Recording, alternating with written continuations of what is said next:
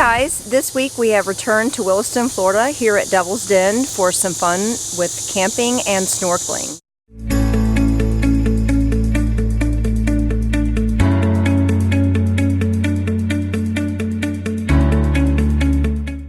We were here a couple years ago in June, and we did go in the den, but it was really cold and rainy, and we didn't stay in very long because we just got so cold, even though the water stays 72 degrees. And we thought we would give it another shot this weekend. We decided to bring some friends with us who had heard about it and wanted to give it a shot. So a little information about the campground here at Devils Den. They do have 4 cabins that you can rent. They are not pet friendly though, and they do range between $92 and $112 depending on how many nights you stay. The more nights you stay, the cheaper the rate per night goes. So here at Devils Den, they do offer a full campground with full hookups and 30 and 50 amp service. So there are 32 sites available, and they range between $26 to $28 depending on whether you get a back-in or a pull-through. The pull-throughs are just a couple bucks more. And they also have tent area too, where it's about $11 to stay there. And that's first come, first serve. There's no reservations. Right. So the den itself, where you go snorkeling, was created, they say, billions of years ago from where the ground had collapsed and exposed an underwater river, like aquifer. The depth, the maximum depth of it, they say, is 54 feet deep, and it is like 200 feet in diameter.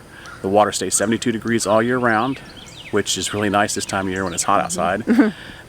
So we noticed this time, compared to the time we were here before, the water levels have risen in the den, and they've actually added more of a platform down there. The platform that we stood on before is completely submerged underwater.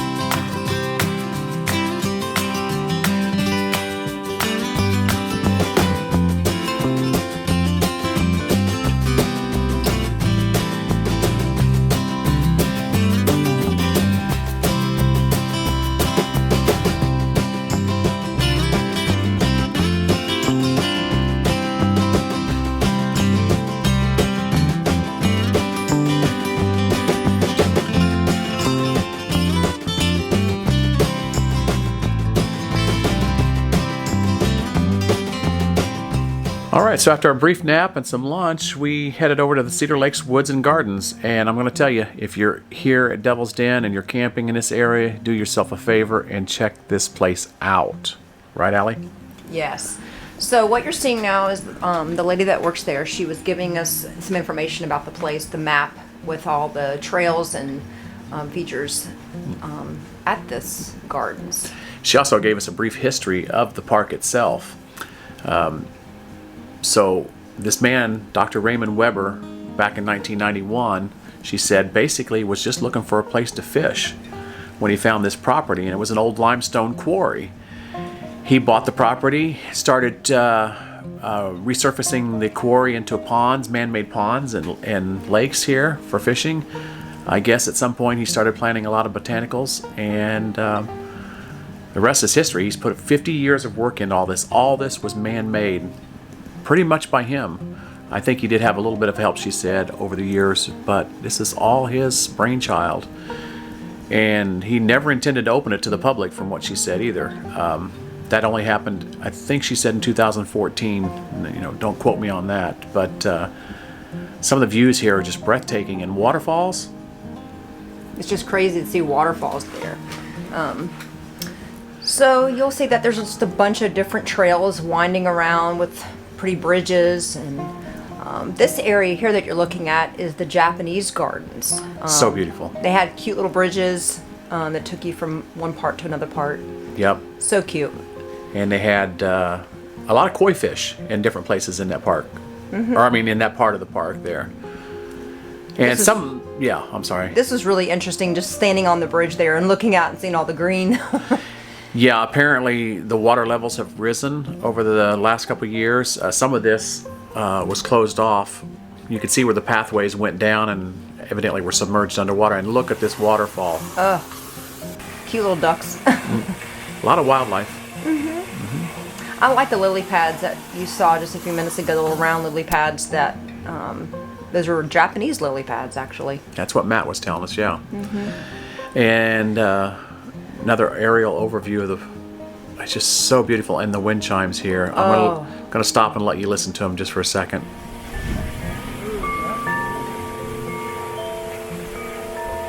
Now, she also told us as we were leaving, we actually talked to another lady, and because I'd seen picnic tables spread throughout the park too, and I said, are you allowed to like bring a picnic lunch? And she says, absolutely, you know. So we even noticed that they had, like, at the entrance there, they had ladder ball game and different things. So you could just make a day out of it here, honestly. We spent probably, what, a couple hours there?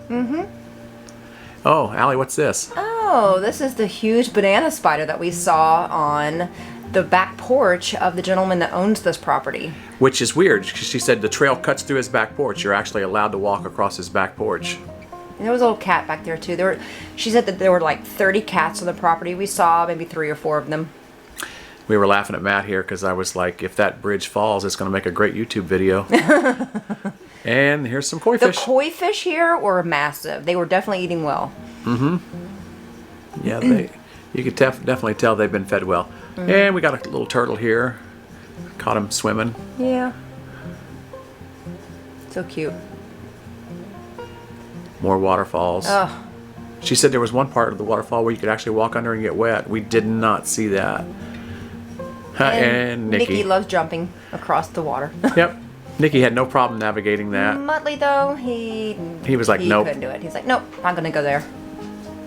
So we definitely recommend the $12 admission fee. Well worth it. Well, our friends Matt and Sarah have gone home now, and we've decided to take a little trip to Micanopy, Florida to check out the little town. We've seen so many signs from Micanopy, and we've been wanting to kind of check it out, so we'll have to see what it has to offer. Neat thing that Chuck told me about Micanopy, Florida is that the movie Doc Hollywood with Michael J. Fox was actually filmed there.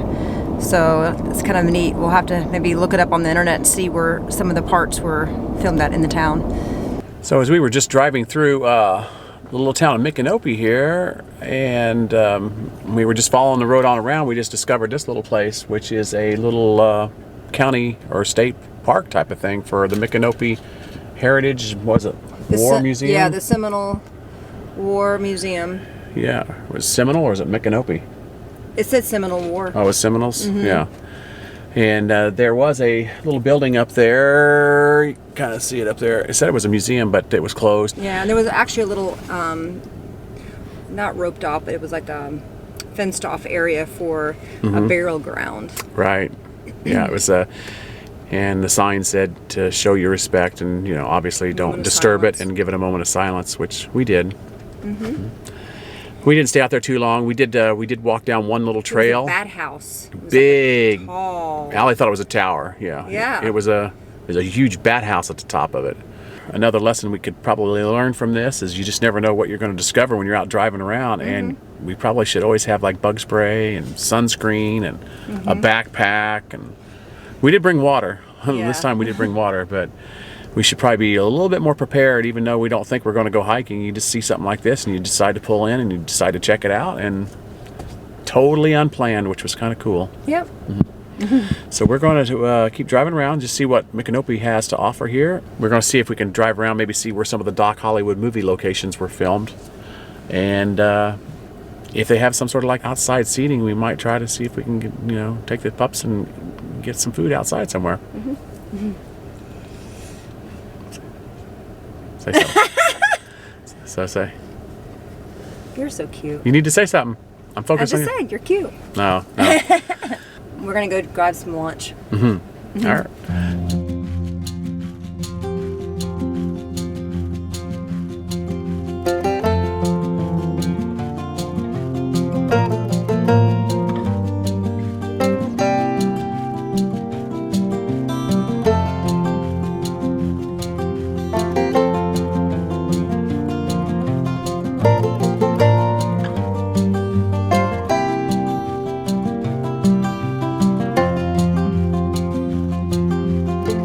So we just stumbled on another little gym here in Micanopy. Oh my goodness, it was awesome. Yeah, a little museum here in this old building, and it was like $2 donation to get in per person, and the sweetest ladies ever working in there. I know. Yeah. She was very knowledgeable about a lot of the artifacts there. Oh, yeah. In the museum and The Indian Wars, and yeah, it was really cool. very, very interesting. And the best part is when they had everything kind of in chronological order. So when we got around to like the early 1900s, Oh gosh. we got to the old washboard in the wash bucket, and it said washing clothes. Yes, I said washing with an R, because ever since I've been with this girl right here, she's trying to tell me there is no R in washing the clothes. Who knew?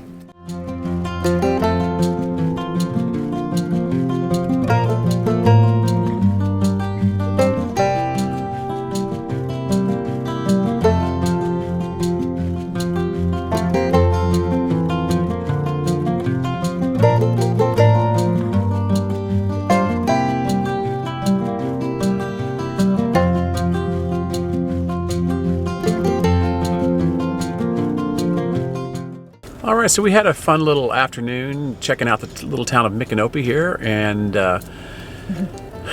we seen the museum. We went and had a little lunch at the Old Florida Cafe, and that was nice. Yeah, I had ham and cheese with tomato and pickles on rye bread. It was awesome. I had the Mojo platter, which was like pulled pork with yellow rice and black beans. Going in a couple little shops. Allie went into a little local artist. Yeah, I got two treasures today. Yeah, and then Actually, we just three went in this treasures, little but- shop right here. It's called the Shop. Shop. Marlene Oberst. I guess that's yeah. probably her name. And everybody we've met here has been super Oh my friendly. gosh. Like small town friendly. This reminds me so much of like southern small town vibe. Everybody's Yeah. just super nice. But this store here, we put the dogs in the truck and went inside together, and it was just a labyrinth of different rooms with different themes. And like they had a Christmas room, they had a section that was like Halloween, all the animal type sections, like where they had like frogs and birds and owls type knickknacks, and paintings and just antique stuff, and show them what you got. And I got little Nopey. We already named him. So I guess it looks like it's getting ready to rain again, and I guess we'll head back to the campground, and hopefully we can get in the gate code, because I hope we remember it. And we're going to stop and get some provisions, because we pretty much went through all of our food except hot dogs. Yeah. I don't think I can take another hot dog right now. So we're going to say goodbye to Micanopy for now, and I definitely would like to come back to this town. Definitely wanted to come back. Yeah, here. well, It's so cool. Yeah, maybe the next time we're camping here close by, like at Paynes Prairie, we'll just make a day of it here. Well, we're going to head back to the campground, and It's a wonderful day. Wonderful day. Yeah, and we're gonna have a great night. Gonna go back and relax and have something to eat and some drinks and be ready to go back in the morning. Yep, back to work. Yep. So if you're new to our channel, don't forget to hit that subscribe button, as it really helps us out, and ring the bell. That bell notification, because you want to be able to know when we put up new videos. Right. Drop us a like, leave us a comment. Let us know if you like this video, and let us know if you know of other little towns like this, that because we love to check out little old historic towns. We love them. If you know of any towns like this that, in the Florida area that we could go to easily, let us know. Yep. All right. We'll see you guys later. All right. Bye. Bye.